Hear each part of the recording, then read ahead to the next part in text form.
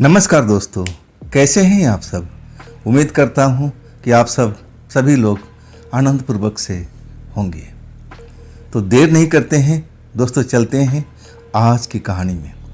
आप तो मेरा नाम जानते ही होंगे, मेरा नाम है राज और मैं ऐसी ही भूत प्रेत की कहानियां सुनाता रहता हूं। आज की कहानी जो मेरे पास में आई हुई है वो कहानी है अभय की।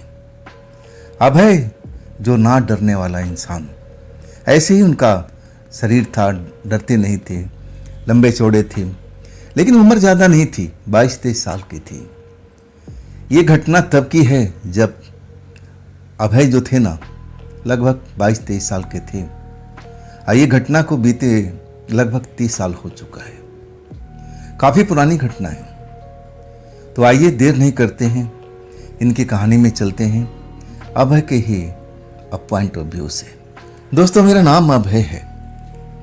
ये जो मैं घटना आपको बताने जा रहा हूं ना, मुझे आज भी याद है। वो सब जैसे मेरे सामने किसी फिल्म की सीन की तरह चल रहा है।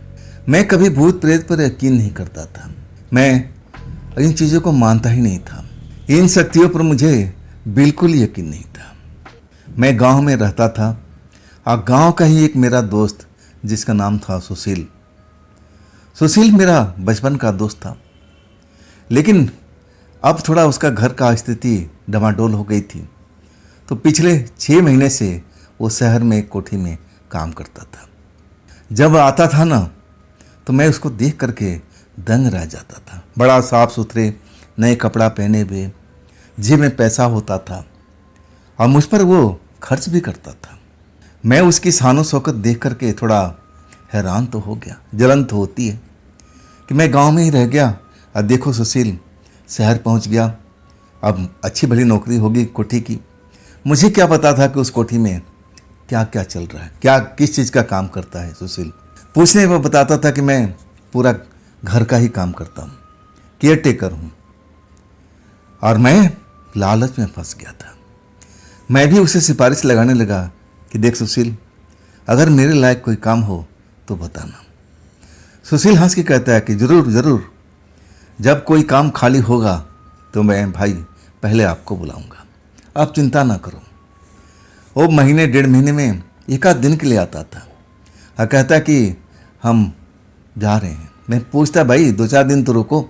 कहता नहीं नहीं, पूरी कोठी की जिम्मेवारी मेरे ऊपर है। और मैं उसकी स्टाइल, पैसा खर्च करना मेरे पर। और तब मैं उससे पूछता था कि सुशील आखिर तुम्हारी तनख्वाह कितनी है। और तब वो हंस देता और कहता कि तुम विश्वास ही नहीं कर पाओगे, फ़ायदा क्या बताने का, छोड़ो ना, बात टाल देता था। लेकिन मुझे बड़ा अखरने लगा।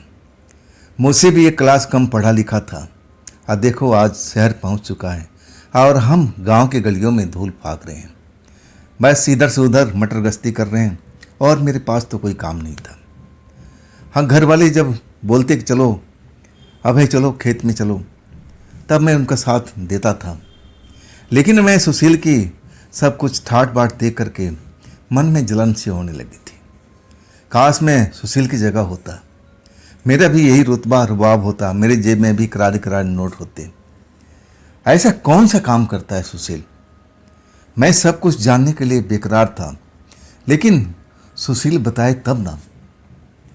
सुशील तो अब शहर में था और मैं अपने गांव में, अब खेतों में, अपना घर में, गलियों में पुराने दोस्तों के साथ घूमना फिरना, यही सब होता था।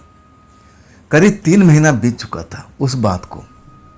सुशील मुझे ढूंढते हुए मेरे घर पहुंचा था, लेकिन मैं घर पर था ही नहीं, अपने दोस्तों के साथ कहीं घूमने फिरने गया था। जब घर पहुंचता हूं तो माँ कहती है, अरे बेटा, सुशील आया था ढूंढने के लिए, तुझे कुछ ज़रूरी काम बता रहा है। जब मैं सुना कि सुशील आया हुआ है और कुछ ज़रूरी काम बता रहा है, मुझसे रहा नहीं गया। हालांकि अब जो थी ना, शाम हो चुकी थी, अंधेरा होने वाला था। मैं उसके घर पहुंच जाता हूं अकेले ही और सुशील को आवाज़ देता हूं। सुशील घर से निकलता है मुस्कुराते हुए और कहता है, दोस्त मैं तेरे घर पर गया था, लेकिन तू कहीं गया हुआ था। तब कहने लगा इधर थोड़ा साइड में चल के बात करते हैं। मुझे लेकर के एक खाली स्थान पर आ गया। एक कुआं था जहाँ पर लोग दिन भर में पानी वानी भरते थे, गांव की औरतें, महिलाएं, पुरुष भी भरते थे, लेकिन शाम के टाइम वो खाली रहता था। उसके मुंडेर पर हम लोग बैठ गए और वहाँ पर बैठ के हम बातचीत करने लगे। और तब मैं पूछा कि सुशील, तुम मुझे ढूंढते आए थे, माँ बता रही थी कोई ज़रूरी काम है। और तब सुशील कहने लगा, हाँ भाई, तुमने बोला था ना कि कोई ऐसा काम हो तो मुझे बताना। मैं तो बड़ा खुश हो गया था कि सुशील मेरे लिए काम ढूंढ लिया है। मैं बड़ा खुशी से बोल पड़ा कि हाँ भाई, बोला तो था, क्या मेरे लिए कोई काम मिल गया क्या जैसा तुम करते हैं। और तब वो मुस्कुराने लगा और कहते हुए थोड़ा सा हिचक रहा था। मैं बोला, भाई अरे बोलो ना, दिल में क्यों छिपा रहे हो, जो कोई बात है सामने तो रखो। और तब कहने लगा कि अभय, ऐसी बात है, थोड़ा कहने में दिक्कत हो रही है। नौकरी तुझे मैं दे दूंगा, लेकिन ज़्यादा दिन के लिए नहीं रहेगी।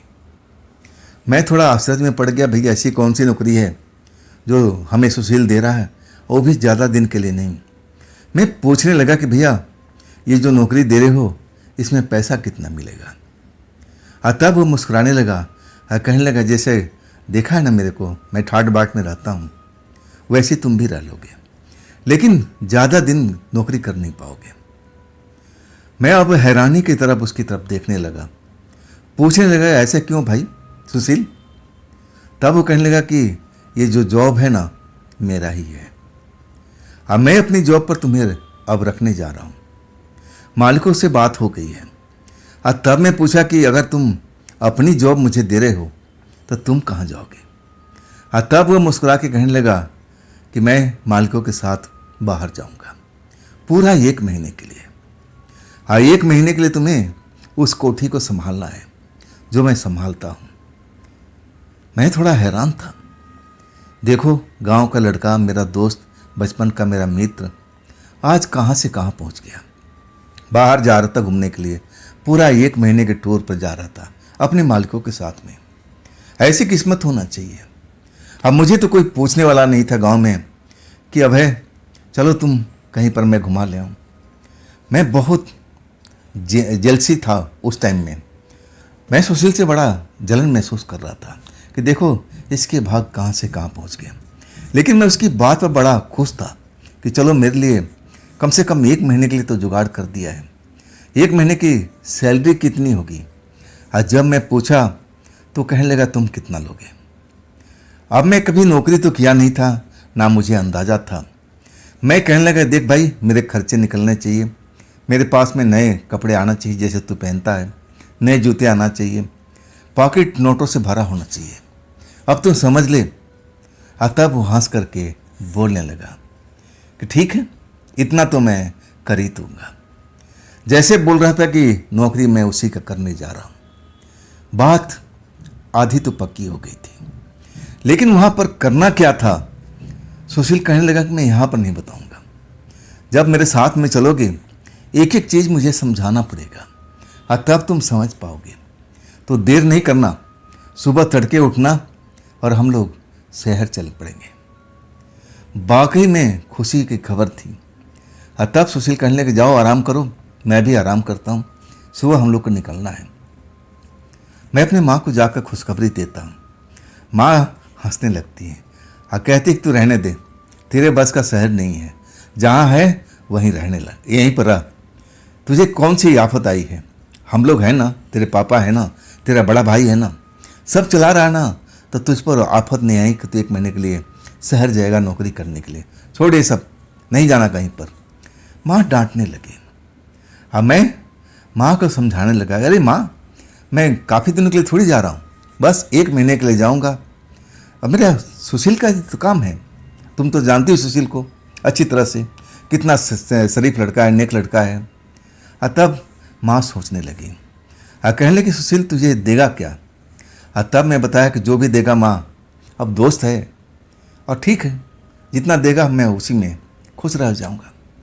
बड़ी मुश्किल से मेरे माँ मेरा परिवार माना था और तब जाके मुझे इजाज़त मिली थी, नहीं तो भाई मेरे पर नाराज़ हो रहे थे, नहीं कहीं नहीं जाना है। पिता का भी वही हालत था।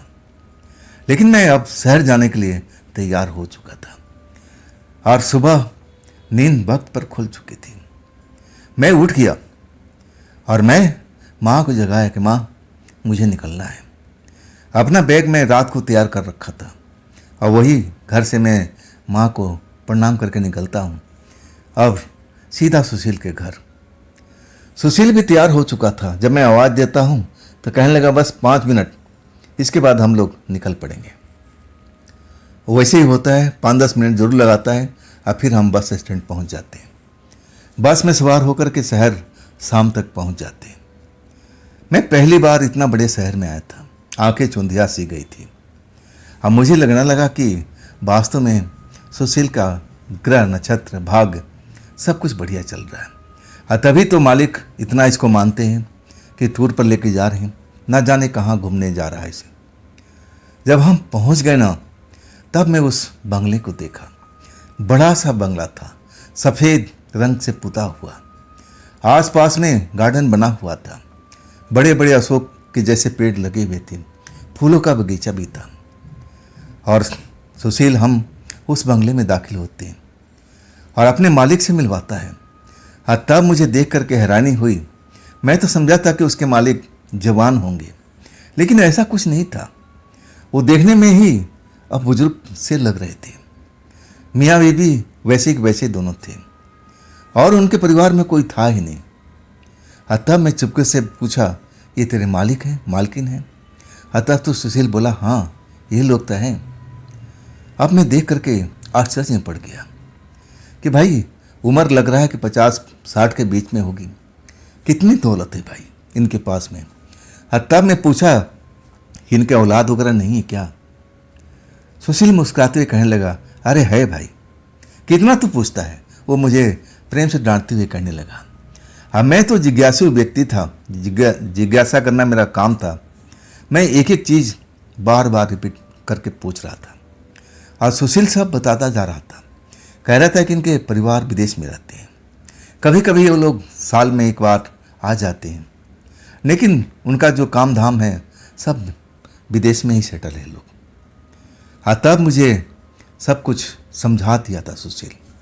लेकिन अब करना क्या था? वो कहने लगा कि आज आराम करो और सुबह में सब कुछ मैं बता दूंगा। मैं बड़ा खुश था। खाने पीने के मौज थी। जैसे लग रहा था कि सुशील का ही घर हो। जैसे लग रहा था सुशील उन बुजुर्ग फैमिली का अपना ही कोई औलाद हो। ऐसे ही इज्जत दे रहे थे और सुशील भी उनको ऐसे ही इज्जत दे रहा था। सब कुछ मुझे सीखना था और सुशील मुझे एक एक बात सिखा रहा था। कब रात हो गई, कब हम लोग सोए, पता ही नहीं चला। और सुबह तड़के सुशील मुझे उठा दिया, उठ जा दोस्त, समय आ गया सब कुछ बताने का, क्योंकि हम लोग आज शाम को निकल जाएंगे। अब इसके बाद तेरी जिम्मेवारी है इस घर को संभालने की। हाँ, मैं अब बिल्कुल तैयार था। सुशील मुझे समझाने लगा। कहने लगा कि देखो, यहाँ पर सबसे पहले साफ सफाई करनी है। साफ सफाई के बाद में हम लोग चले जाएंगे 1 महीने के लिए। जो काम बता रहा हूँ अब उसको गांठ बांध लेना। देखो 4 कमरे हैं। 2 कमरा हमारे मालिकों का है और 2 उनके लड़के लोग का है। एक लड़का है, एक लड़की है। वो लोग विदेश में रहते हैं, कभी कभी साल में आते, तुम्हें बता ही चुका हूँ। तो हम लोग जाएंगे तो मालिक बता रहे थे कि जो हमारा कमरा होगा, मेरा मालिक और मालकिनी का कमरा, ये तो बंद रहेगा।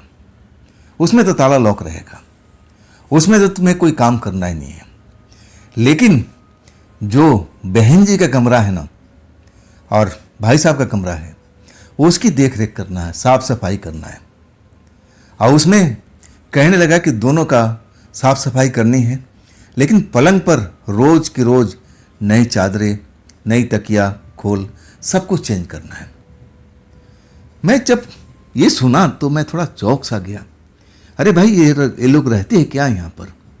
तब सुशील कहने कि नहीं, मैं तुम्हें बताया नहीं, वो लोग विदेश में रहते हैं, साल में एक बार कभी कभी आते हैं। तब मैं हैरानी से देखने लगा, तो फिर इसका क्या मतलब हुआ? अब ये बेड शीट ये सब चेंज क्यों होगा? तब कहने लगा मालिकों का आदेश है, मैं भी ऐसा ही करता हूँ। अब फिर वो कहने लगा जो बात, मुझे तो बड़ा आश्चर्य लग रहा था। मैं तो भूत प्रेत को मानता नहीं था, न ऐसी शक्तियों को मानता था। स्वच्छंद लड़का था, डर नाम तो मैं जानता ही नहीं था डर कैसा होता है। लेकिन जब सुशील बताने लगा ना, मेरी आंखें उस पर टिक गई थी।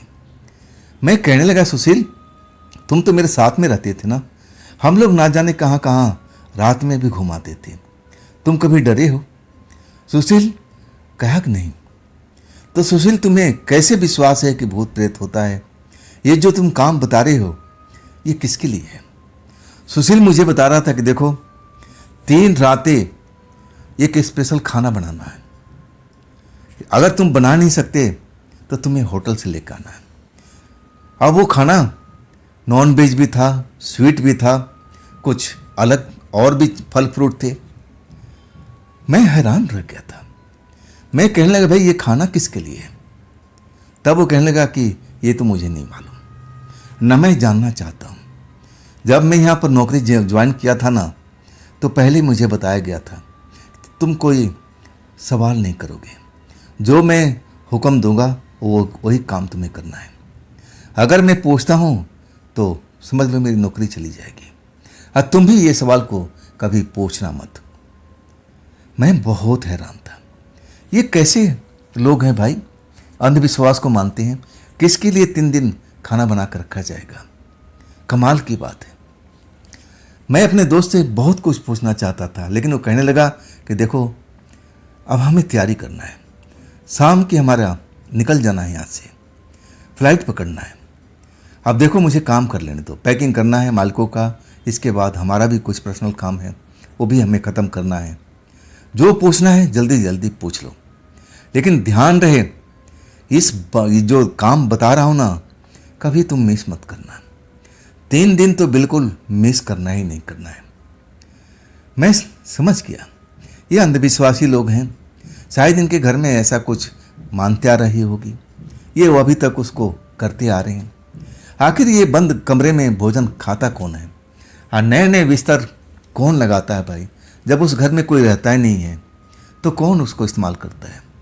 मैं समझ गया कि ये लोग बहमी लोग हैं, अंधविश्वास पर विश्वास करते हैं। अरे हमें क्या है, मुझे तो अपने पैसे से मतलब है, खाने पीने से मतलब है। हाँ, कुछ और चीज़ें जो थी वो भी आश्चर्य में डालने वाली थी। जब वो महंगी विस्की जो काफ़ी महंगी थी वो भी लेके आनी थी। मैं तो कभी कभी ड्रिंक करता था अपने दोस्तों के साथ में, मैं तो हैरान रह गया था। मैं उसकी कीमत जानता था, वो हमारी बुद्धि की बात नहीं थी। हम चाहे दोस्तों आपस में मिलकर के भी चंदा करके भी खरीदते ना, तभी हम खरीद नहीं सकते थे। चर्चा जरूर होती थी कि कभी हमारे पास में पैसा आएगा तो उसके स्वाद जरूर चखेंगे, लेकिन यहाँ तो अब बंद कमरे में रखा जाता था। कौन पीता था, कौन खाता था, अब मुझे तो कुछ समझ में नहीं आ रहा था। खैर शाम हो चुकी थी, पैकिंग उनकी सब कुछ हो गया था, दरवाजे पर टैक्सी लग चुकी थी। अब इसके बाद अब एक बार हमें मालिक से मिलना था, उन्होंने बुलाया था, और उन्हीं के सामने अब मुझे सुनील लेके गया था। और फिर मेरी तरफ देख करके मुस्कुराते हुए कहने लगे कि तुम्हारा नाम अभय है बेटा? मैंने बड़ा अदब से जवाब दिया, जी जी अंकल, मेरा नाम अभय है। तुम सुशील के गांव के हो ना? मैं बोला जी, हमारा सुशील बचपन का फ्रेंड है। ओहो अच्छा, हाँ हाँ मैं भूल गया ना, उम्र हो गई है, बताया था। और तभी मैं भेजा था कि अपने दोस्त को बुला के लाना। हम किसी और पर विश्वास नहीं कर सकते ना बेटा, तुम अब सुशील का अपने होना, और तभी हम कहें कि सुशील जाओ और अपने दोस्त को बुला के लाओ। तो तुम्हें सुशील ने तो पूरा काम समझा दिया होगा ना? मैं कहने लगा जी, मैं कई सवाल पूछना चाहता था, लेकिन जानता था सुशील ने मना किया था। अगर पूछा तो फिर नौकरी चली जाएगी। मैं जानता था कि अगर मैं उस मालिक से सवाल पूछूंगा तो शायद वो भड़क भी सकते हैं, मेरी नौकरी भी जा सकती है। मैं चुप रहा, और तब मालिक कहने लगे, सुशील आप खर्चा दे दो उनको, और पूरा एक बार इनको अच्छी तरह से बता देना कि क्या क्या करना है और क्या क्या नहीं करना है। तब सुशील कहने लगा कि चलो भाई, मैं तुम्हें एक बार सही ढंग से समझा देता हूँ। उन कमरों में अब मुझे लेके आया और कहने लगा कि देखो ये जो खिड़की है ना, इसको कभी बंद मत करना, दोनों कमरे का खिड़की खुली रहेगी, और ये दरवाज़ा भी बाहर से लॉक मत करना। ये भी खुले रहेंगे। हर रोज़ बिस्तर साफ सफाई करना है, नए चादर बिछाने हैं, नए तकिया के खोल लगाने हैं। अब यहाँ पर साफ सफाई विशेष ध्यान रखना है दोनों कमरे का।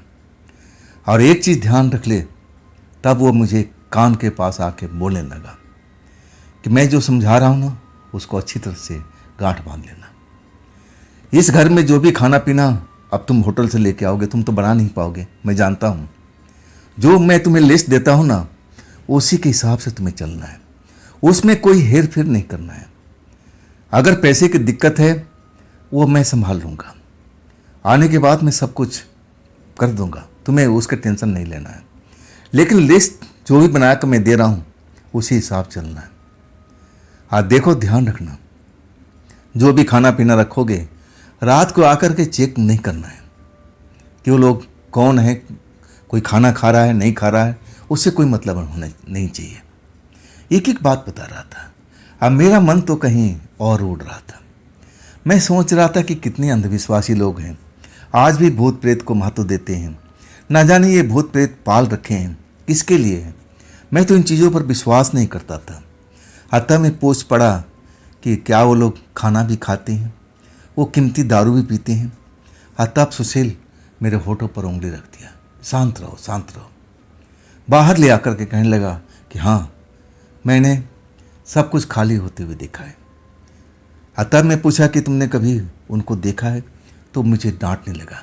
अरे नहीं बोलते जाता, मुझे डरा रहा था, लेकिन मैं डरने वाले में से नहीं था। मैं तो घूस के तमाशा देखता था, ऐसे ही मेरी आदत थी। और सुशील भी जानता था कि मैं ऐसे ही नेचर का हूँ। तब मैं कहने लगा, अरे जाओ दोस्त, मैं सब कुछ संभाल लूँगा, तुम लोग चिंता मत करो। पैसे की गड्डी मुझे मिल चुकी थी, लिस्ट मिल चुका था कि मुझे कौन कौन सा सामान ले आकर के उस कमरे में रखना है, कब चादर बदलना है, सब कुछ एक एक चीज़ अब लिस्ट बन गई थी, अब मेरे को मिल चुकी थी। सुशील ने मुझे दे दिया था। अब उसका काम ख़त्म। और इसके बाद वो लोग, शाम की टैक्सी आई हुई थी। अब फिर वो लोग टैक्सी में सवार हुए। जाते जाते भी सुशील ने मुझे चेताया, ध्यान रखना, एक एक चीज़ को ऐसे ही करना, कोई गलत काम बिल्कुल मत करना। हम महीने भर में आ जाएंगे, तब तक इतना तू संभाल लेगा। मैं जानता हूँ कि तू बहुत बड़ा निडर है। डरपोक तो मैं था, तेरे पीछे पीछे मैं चलता था, और तभी तो मैं तुझे चुना हूँ। सुशील मुस्कुरा करके अब अलविदा कहता है। टैक्सी चल पड़ती है। अब मैं देखते रह जाता हूँ। मैं उसके भाग के सराहता हूँ। देखो, मालिक इसके मालकिनी अपने औलाद की तरह इसकी देख रेख करते हैं। सब कुछ बड़ा मौज में चल रहा है। अब इसके बाद तो मैं आज़ाद था उस बड़ी सी कोठी में। अब उस रात तो मुझे कुछ करना नहीं था। अब तो वो आने वाला वक्त था। अभी हमारे पास में 3 दिन था, और 3 दिन के बाद हमें उस काम में लगना था। लेकिन अभी जो मेंटेन करना था, पौधों में पानी देना, ये सब करना, अपने लिए खाना का जुगाड़ करना, अब इस काम में लग चुका था। पैसा आ चुका था, तो मैं सोचा कि क्यों ना थोड़ा खर्च भी किया जाए अपने ऊपर में भी। अब अपना जो शौक़ था मैं भी सोचा कि पूरा कर लूँ। चलो, आदत थी, हैबिट थी कभी कभी पीने की, तो मैं भी अपना काम में अब लग चुका था। होटल से खाना लाया, साथ में पौआ। इसके बाद मैं सुशील की अब मन ही मन तारीफ़ कर रहा था कि बेटा, तेरा बहुत अच्छी किस्मत थी कि तू इस घर में आ गया। देख तेरा अब तो ठाट ही ठाट है। कब मुझे नींद आ गई पता ही नहीं, लेकिन घर बिल्कुल शांत था। मालिकों के जाने के बाद, सुशील के जाने के बाद ऐसा कोई डर का माहौल मुझे जरा भी नहीं लगा। 3 दिन मुझे छोटे मोटे काम करते हुए, पौधे में पानी लगाना, समय पास करना और कमरों की सफाई करना, वो तो मैं रोज़ करता था। 3 दिन हो चुके थे। अब मेन टाइम आ चुका था जिसके लिए मुझे सुशील इस जगह पर बुलाया था। पर्ची मैंने संभाल लिया। पर्ची में जो भी लिस्ट बना था और उसके अकॉर्डिंग शाम को अंधेरा होते ही सारा सामान मुझे सजा के रख देना था, और उसके बाद इस कमरे की तरफ मुझे आना ही नहीं था। मुझे उसी जगह पर अब आराम करना था जहाँ पर सुशील अब रहता था, पीछे का कमरा, पार्क साइड में। अब सही सरल भाषा में कहा जाए तो सर्वेंट क्वार्टर। सर्वेंट क्वार्टर था नाम का, लेकिन वो भी बहुत बढ़िया बना हुआ था। सब कुछ ही उसमें फैसिलिटी थी और मैं अब बिल्कुल तैयार था। लिस्ट के अकॉर्डिंग बाजार से सामान सब कुछ इकट्ठा कर लिया था। महंगी बोतल देख करके मेरा जी ललचा गया था। काश मैं इसमें से थोड़ा सा इस्तेमाल कर लेता, लेकिन मैं जानता था कि नहीं, मैं वचन का पक्का था और ऐसा मैं कभी नहीं कर सकता। और वही हुआ। शाम को मैं होटल से अब मटन भी लाया, मिठाई भी लाया, जैसे लिस्ट में बताया गया था। सब कुछ ला करके अब प्लेट में सजा सजा करके जो पहला कमरा था मैं उसमें रख दिया था, जो मुझे बताया गया था। और दूसरा कमरा का बिस्तर वगैरह सब कुछ साफ़ सुथरा बदल दिया था और तकिया तक जो कवर था साफ सफाई कर दिया था। दोनों कमरे चमक रहे थे। दरवाज़ा खुला हुआ और खिड़की खुली हुई। खिड़की पीछे पार्क साइड में खुलती थी, जहाँ पर अब घास का मैदान था। शाम होते होते ही मैं सब कुछ इंतजाम कर दिया था। अब मैं इसमें कोई लापरवाही नहीं करना चाहता था। और वही करके मैं, जब मुझे तसल्ली हो गई कि हाँ मैं कोई भूला नहीं हूँ, एक एक चीज़ दोबारा तिबारा मैं नोट करता था। और तब मुझे लगा कि हाँ सब कुछ परफेक्ट हो चुका है। वो बोतल मैं उसी कमरे में रखा जहाँ खाने का सामान सजा रखा था। सब कुछ प्लेट से ढक करके सिस्टमेटिक ढंग से बोतल भी रखा, वहाँ गिलास भी रखा, सोडा भी रखा, सब कुछ बाइज्जत रख करके। आज जब मैं मोड़ने लगा तो बोतल मेरी मुंह चिढ़ा रही थी, ये तेरे लिए नहीं है। हाँ, मैं तो सोच लिया था कि कभी न कभी तो मैं तुझे जरूर चखूंगा। आज नहीं, कभी तो मौका आएगा। चलो देखते हैं कब मौका आता है। अब इसके बाद मैं अपने कमरे में मैं अपना खाना पीना खाया, अपने लिए सौदा लेके आ चुका था और 2-4 पैग लगाया। अब फिर आराम से नींद सो गया। मुझे अब उस कमरों की तरफ जाना भी नहीं था। हाँ, मैं ऐसा सोया कि मेरा अब सुबह ही नींद खुलती है।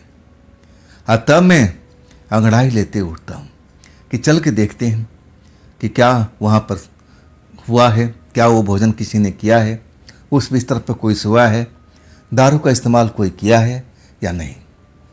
जब मैं जाता हूँ ना तो देख करके हैरान रह जाता हूँ। हर चीज़ वहाँ से गायब है। ना तो दारू की बोतल है, ना खाना, प्लेट जरूर पड़े हुए हैं, लेकिन माल गायब है। दूसरे कमरे में जाता हूँ तो मुझे देख करके एहसास हुआ है कि उसमें कोई जरूर सोया हुआ था, कोई इंसानी शरीर जरूर उस पर लेटा हुआ था। और तब मैं थोड़ा सोचने लगता हूँ कि आज की साइंस के युग में ये हो क्या रहा है। क्या वास्तव में जो सुशील जो कह रहा था सच्ची बात है? यहाँ पर कोई आत्मा रहती है, कोई प्रेतात्मा है, या फिर कोई तांत्रिक वगैरह तंत्र मंत्र करने वाले लोग? लेकिन ऐसा मुझे लग नहीं रहा था। मैंने किसी को, अब जब तक मैं गेट नहीं खोलूँगा तब तक कोई आ ही नहीं सकता।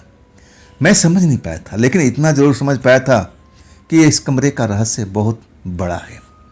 आखिर वो महंगी वाली बोतल कहाँ चली गई? प्लेट में ढका हुआ मिठाई, वो मटन, ये सब चीज़ें सब कहाँ गई? गायब था। तब मुझे लगा कि जरूर जैसा सुशील बताता था बात बिल्कुल सही है। तब मुझे यकीन करना पड़ा कि कोई न कोई शक्ति यहाँ पर आती है, इन चीज़ों को सेवन करती है और फिर निकल जाती है। लेकिन दारू का बोतल भी गायब हो चुका था। खैर, अब सुबह होती है। सुबह तो हो ही चुकी है। मैं पूरी तरह से छानबीन कर लिया और जब कुछ चीज़ वहाँ पर नहीं मिलती तब मुझे अब महसूस होता है कि जैसा सुशील बताया है सब कुछ वैसा ही हो गया है। अब क्या करना है? साफ सफाई करके और फिर अपने कमरे में आराम ही करना था। शाम होती है, फिर मैं अगले काम पर तैयार हो जाता हूँ। वही सब चीज़ें जो लिस्ट में लिखा हुआ है सब इकट्ठा करने लगता हूँ। वो महंगी वाली दारू की बोतल मेरे हाथ में है, लेकिन मैं अब उसको खोल नहीं सकता, उसमें से एक पैग निकाल भी नहीं सकता। ऐसा क्यों था? मैं अब एक तरह से जुबान दे चुका था सुशील को कि जैसा तू बताया है और उसी हिसाब से मैं सब कुछ करता जाऊंगा। अब तो मुझे एहसास भी हो गया था कि कोई न कोई शक्ति यहाँ पर है जो इन चीज़ों का सेवन कर रही है, लेकिन ये शक्ति यहाँ पर है क्यों?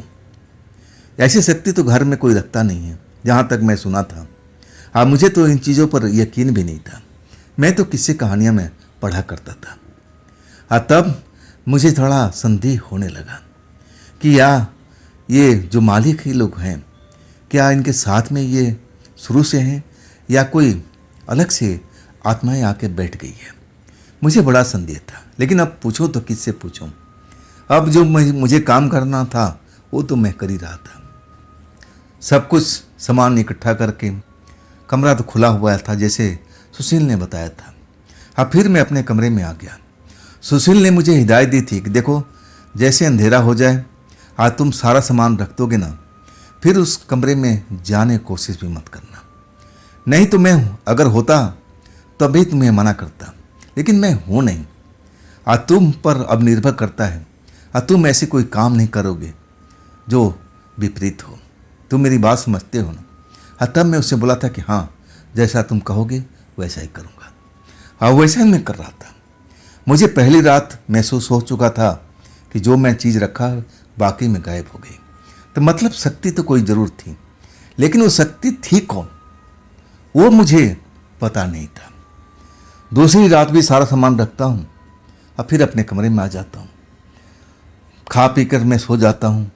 मैं जाता नहीं हूँ देखने के लिए कि वहाँ कौन है। मुझे मना किया गया था और वही मैं काम करता हूँ। सुबह जब जाता हूँ उन कमरे में तो पहले की रात की तरह सब कुछ गायब हो चुका है। दूसरे कमरे में जाता हूँ तो उस बिस्तर पर मुझे लगता है कि कोई न कोई सोया हुआ था। वो निशान मुझे साफ दिखाई देते हैं। तब मैं ज़्यादा सोच विचार में पड़ गया कि आखिर कोई न कोई शक्ति तो यहाँ पर है जिसको ये लोग कोठी के मालिक पाल रहे हैं। क्यों पाल रहे हैं? इतना महंगा खर्चा कर रहे हैं। क्या इनसे कोई लाभ होता होगा या कोई एक विशेष बात है? मुझे अब दिमाग में हलचल होने लगी। जिज्ञासु व्यक्ति था तो मैं सोचने लगा कि क्यों ना एक रात चुपचाप जा करके देखा जाए कि आखिर यहाँ चल क्या रहा है। मैं चुपचाप देखूंगा दूर से, पास तो बिल्कुल नहीं जाऊंगा। लेकिन हिम्मत नहीं हुई।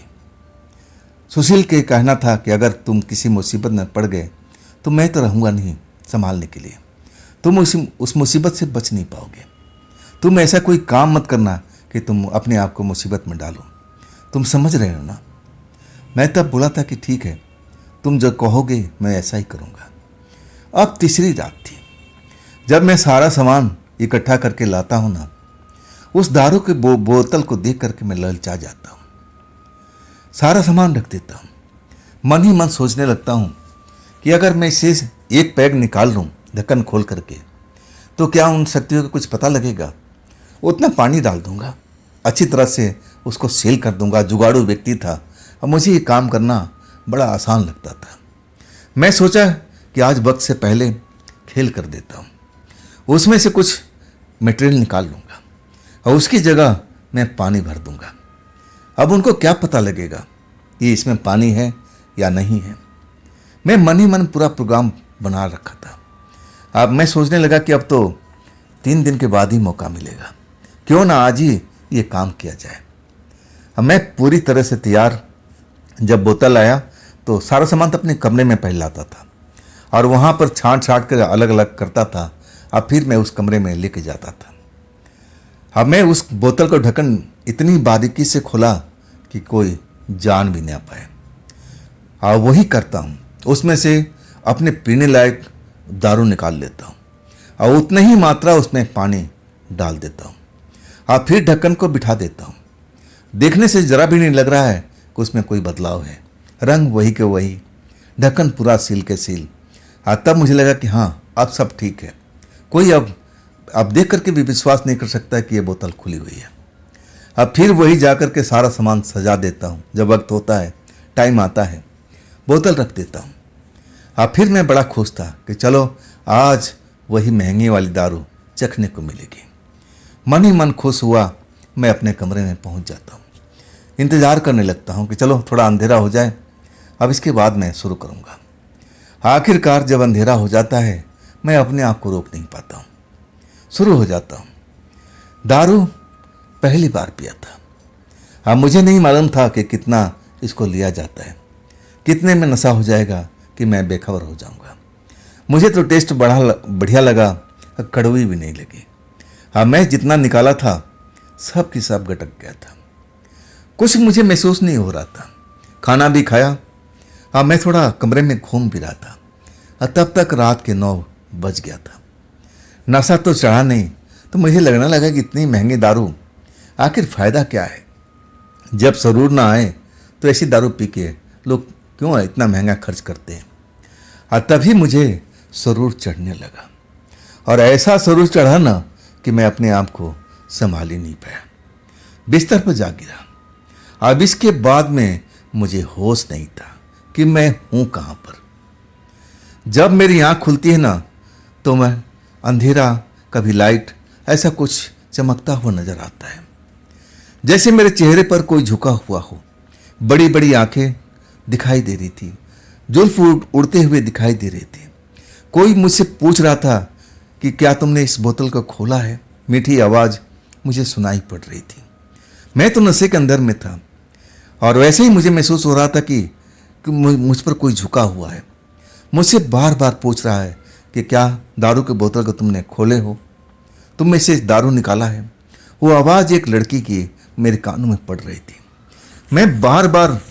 मैं आंखें खोलता था, देखने की कोशिश करता था, लेकिन नशा मेरे ऊपर में हावी था, और मैं अपने आप को रोक नहीं पाता था। आंखें बंद होने लगती थी।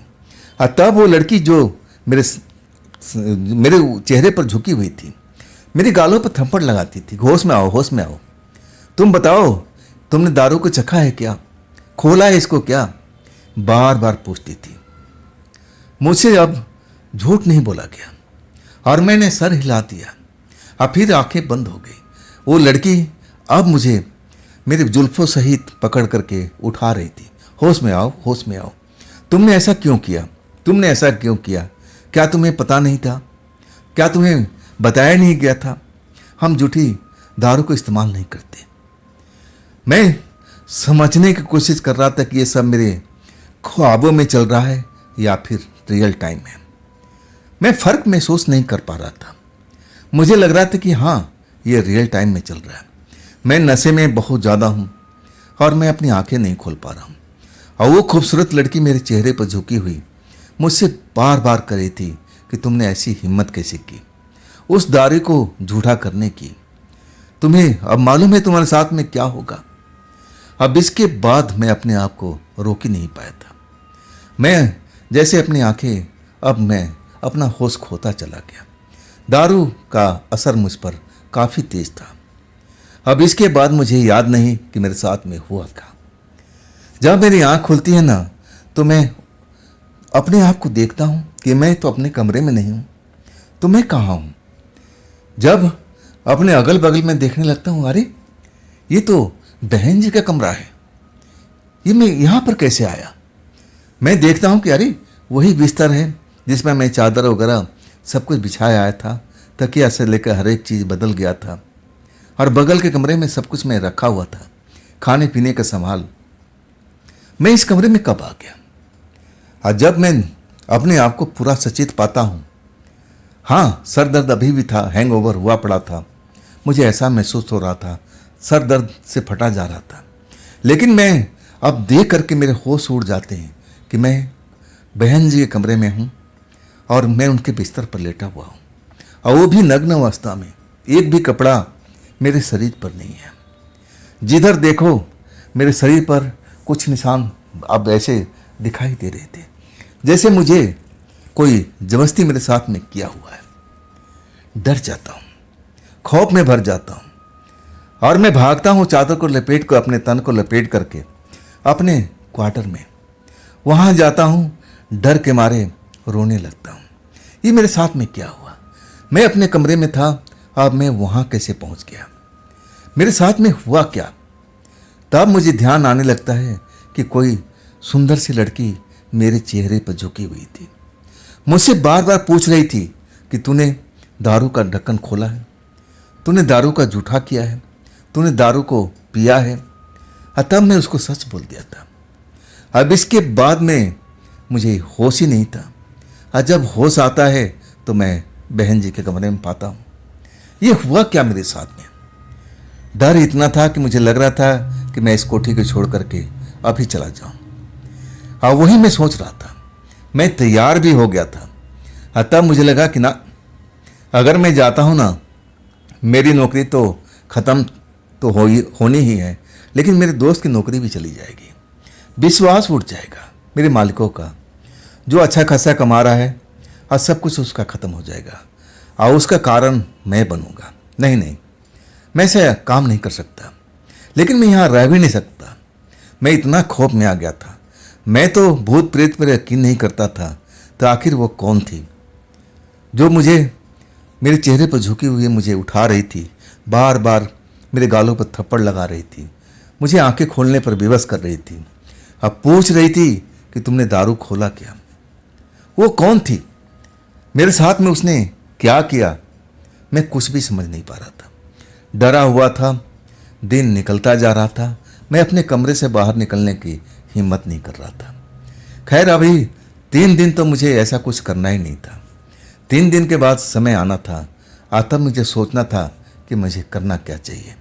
मुझे इस जगह पर रुकना चाहिए या फिर गांव लौट जाना चाहिए। लेकिन डर इतना हावी हो गया था ना कि मैं जब तक मुझे भूख नहीं लगी, भूख का एहसास नहीं हुआ, तब तक अपने कमरे से बाहर नहीं निकला। आखिरकार भूख बर्दाश्त नहीं कर पाया, तब मैं होटल पर जाता हूँ, भोजन का व्यवस्था करता हूँ और फिर लौट आता हूँ। रात भर मैं डरा रहा। मैं दारू का एक बूंद भी नहीं चखा। इतना डर मेरे पर हावी हो चुका था। खाना खाता हूँ और फिर मैं जागते रहता हूँ कि कोई मेरे साथ में अनहोनी ना हो जाए। आज की रात में मैं अपने आप को सुरक्षित करने की कोशिश कर रहा हूँ। अपने खिड़की दरवाजे सारे मैंने सील कर दिए थे ताकि कोई बाहर से अंदर प्रवेश ना कर सके। और वही होता है। रात 12 बज जाती है और तब मुझे बाहर में अब ऐसा कुछ आवाज़ आता है, सुनाई देता है, जैसे हमारे क्वार्टर के आसपास से कोई गुजर रहा है। डर का एहसास मेरे शरीर में हो जाता है। क्या वो वही लड़की होगी जो पिछली रात को मेरे कमरे में आई थी, मेरे चेहरे पर झुकी हुई मुझे सवाल पर सवाल पूछ रही थी? और वही लड़की शायद मुझे उठा करके और बहन जी वाले कमरे में लेके गई थी। क्या वो उसी लड़की के लिए सब कुछ व्यवस्था किया जाता है? आखिर ये लड़की कौन है? मैं तो इस टाइम अब सोच भी नहीं सकता था, इतना डरा हुआ था। मैं तो सोच रहा था कैसी भी रात निकल जाए, दिन हो जाए, तब मैं चैन से सो पाऊंगा। आवाज़ें मेरे कमरे के बाहर से आती जाती सुनाई देती रही, लेकिन कोई मेरे कमरे के अंदर प्रवेश नहीं किया। सारी रात जागता रहा। जब सुबह के 4 बजा ना, तब मुझे कब गहरी नींद आ गई मुझे पता ही नहीं चला। इस तरह करते करते मैं 3 रात अब बिता चुका था। अब फिर वही रातें स्टार्ट हो गई थी जब मुझे सारी व्यवस्था करना था। मैं बड़े खौफ में था कि मैं करूं या गांव लौट जाऊं। तब मेरा दोस्त का चेहरा याद आता था कि अगर मैं ऐसा नहीं करूंगा तो शायद उसकी भी नौकरी चली जाएगी। बेचारा फिर जिस स्थिति में था उसी स्थिति में आ जाएगा। और वो तो मेरे पर बहुत ज़्यादा खर्च करता था। मैं उसका भरोसा नहीं तोड़ सकता। फिर अपने काम में लग जाता हूँ पूरी तैयारी से, पूरी लगन से। अब तो मैंने कसम खा रखी थी कि ना, उस बोतल को तो मैं तरफ देखूंगा भी नहीं, ले आऊँगा और रख दूंगा। और उसके बाद मैं वही करता हूँ। सारा तैयारी करने के बाद मैं अपने कमरे में आ जाता हूँ, खाना खाता हूँ और फिर डरे हुए रहता हूँ। कब रात हो गई ज़्यादा मुझे पता भी नहीं चला। लेकिन अब मेरे कमरे के बाहर ऐसी कोई आवाज़ नहीं आ रही थी, बिल्कुल शांत माहौल था। कब मुझे नींद आ गई मुझे पता भी नहीं है। जब सुबह मेरी आँख खुलती है ना, तो मैं अपने आप को उसी कमरे में पाता हूँ, अब बिल्कुल सुरक्षित। मेरे को कोई खरोच भी नहीं लगी थी, ना मेरे कमरे के अंदर में वो लड़की आई थी जिसका मुझे डर था। सब कुछ वैसे ही हुआ था जैसे पहले हुआ था, पहली 2 रात। मेरी हिम्मत नहीं पड़ती कि मैं जाऊं उस कमरे की साफ सफाई करूं, लेकिन जब दिन चढ़ जाता है ना, तब मैं जाता हूं हिम्मत करके। देखता हूं जैसे पहले सारा सामान गायब हो चुका था, वो फिर गायब हो चुका था। दारू की बोतल तक गायब हो चुकी थी और उस बिस्तर पर अभी भी वो निशान पड़ा हुआ था, जैसे कोई आकर के उस पर लेटा हो। वो मैं जब देखता हूँ ना तो मुझे उस लड़की का ध्यान आता है, उस खूबसूरत लड़की का, कि वैसे ही इसकी कद काठी थी जैसा उस पर निशान बना हुआ है। तो क्या वो एक छोटी सी जो मैंने गुनाह किया था और उसकी इतनी बड़ी सज़ा मुझे मिली थी।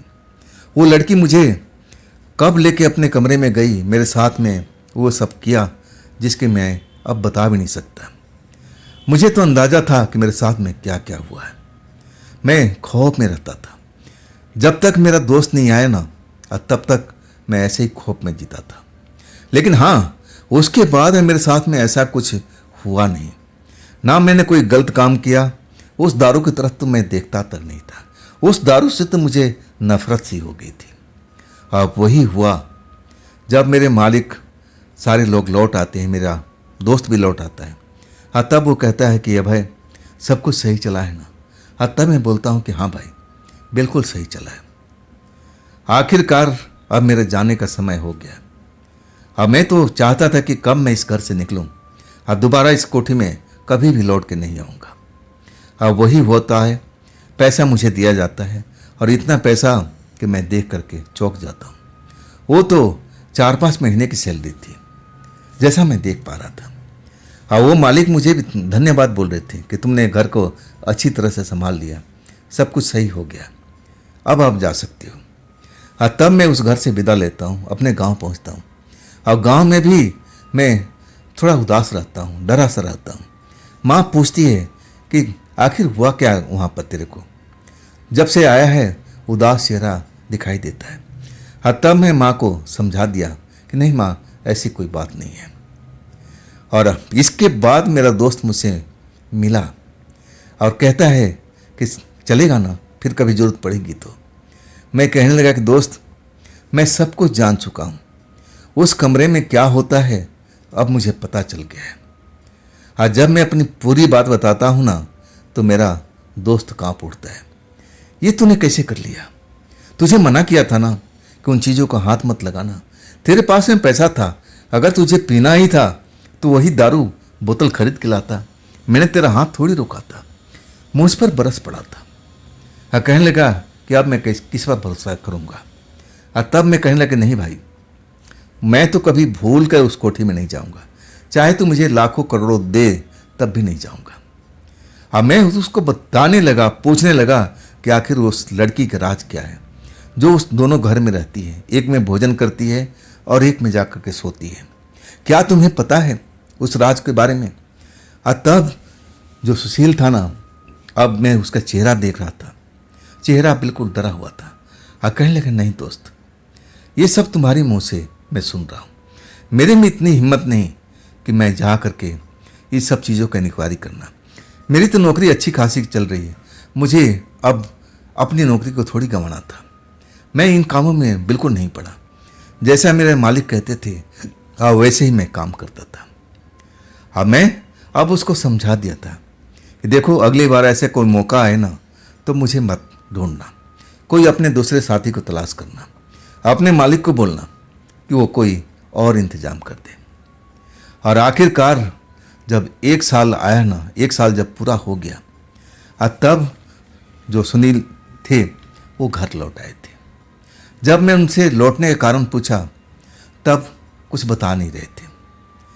जब मैं बहुत जिद किया तब कहने लगे कि तू सही कहता था, जरूर उस घर में ऐसा ही सब कुछ होता था। एक रात में गलती से उठ बैठा था, सब कुछ करने के बाद में। गलती ये थी कि मुझे बाथरूम जाना था। बाथरूम बाहर में था, तुम्हें तो पता ही है। जब मैं बाहर बाथरूम जा रहा था ना, तब मैं एक लड़की को देखा था बाहर में टहलते हुए। मुझे लगा कि कोई चोर उचक्का लड़की है, बंगले में घुस आई है। मैं डर गया, चिल्लाने लगा। तब वो लड़की मेरे पास में आ गई, मेरा मुंह को दबा दिया कि शोर मत कर, शोर मत कर। अब मुझे घसीट करके उसी कमरे में ले गई जिस कमरे का तू जिक्र करता है, और वही मेरे साथ में हुआ जो तेरे साथ में हुआ। अगले ही दिन मैं सब कुछ समझ चुका था। जब मुझे होश आया ना तो मैं जान चुका था कि मेरे साथ में क्या हुआ। मैं मालिक को जा कर के बताया। मालिक मेरी बात पर विश्वास ही नहीं कर रहे थे कि ऐसा भी हो सकता है। और तब मैं कहा कि मालिक, मैं यहाँ पर काम नहीं कर पाऊँगा, अपने लिए कोई नया नौकर ढूंढ लीजिए। और देख, मैं भी लौट आया हूँ। अब हम दोनों दोस्त मज़ा करेंगे। जितना दिन मेरे पास पैसा है तो टेंशन मत कर। हम लोग खुल कर खेलेंगे, खुल कर जिएंगे। अब फिर नए शहर में चलेंगे नौकरी की तलाश में। कोई ना कोई नौकरी हमें ज़रूर मिल जाएगी, टेंशन मत कर। तो दोस्तों, ये थी आज की कहानी। अब ये कहानी आपको कैसी लगी कमेंट में ज़रूर बताइएगा। और दोस्तों, ये भी चैनल आप ही का है, तो इसको भी अपना प्यार दीजिए, लाइक कीजिए, सब्सक्राइब कीजिए, अपने दोस्तों को शेयर कीजिए। और फिर हम मिलते हैं कल की रात इसी चैनल पर, इसी टाइम पर। आप लोग अपना ख्याल रखिएगा। नमस्कार, जय हिंद, जय भारत।